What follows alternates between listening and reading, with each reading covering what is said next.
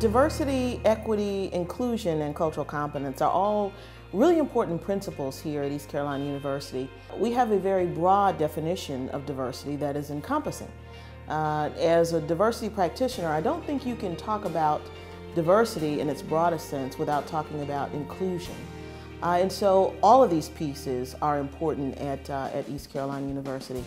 Lately, we've been given a lot of attention to the issues of inclusion and also to cultural competence. Cultural competence is a very important skill, not only for our workforce, but particularly for our students. One of the things that corporations are looking for are students that can think critically and be innovative. And while they come out of college as well prepared in terms of functional or technical competence, what's been missing lately is their ability to actually think through, analyze, and synthesize. And I think those are going to be necessary skills in the 21st century.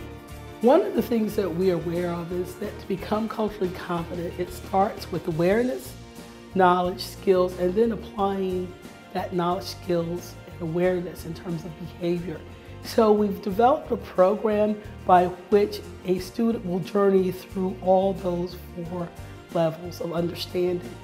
And as a result of that, we put a lot of rigor in terms of academic reading, real life experience, and dialogue. And I think that's where the growth and the opportunity for growth continues to exist. We did a lesson on microaggressions, and it really got to me because I never realized how that can affect the workplace, especially in my field of criminal justice. When I'm out there doing community-oriented policing, I need to communicate with the community. I gotta make sure I don't say the wrong things to get people aggravated because they're not gonna work with me. And that really hit home when we learned about that because I could relate to it, especially in my profession. I think the cultural competence cohort will have a serious impact on my future. I've been able to learn some skills and hone skills that I've already had to help me be more culturally competent and see how it's an important part of my future in the workforce and as a person. The reality of business today is our work is global. And as global citizens, we need to understand how to work across distance, geography, culture, and any of those differences and similarities that we find. And it will be very critical for students as they emerge from universities to understand that cultural competency is not just a nice to have, it will be a requirement for their success. My major is athletic training and I'm minoring in worksite health, and that's going to allow me to better be prepared to know how to handle different cultures. Depending on different cultures, some people like to be closer when you're talking to them, some people like to be further away, and being culturally competent, it allows you to be more sufficient with your work. And with worksite health, that ties in because there's certain cultures that need more awareness on diabetes, some need more awareness on breast cancer, and again, being culturally competent is going to allow you to know how to approach these different cultures and what kind of programs that need to be put on to help everybody at once.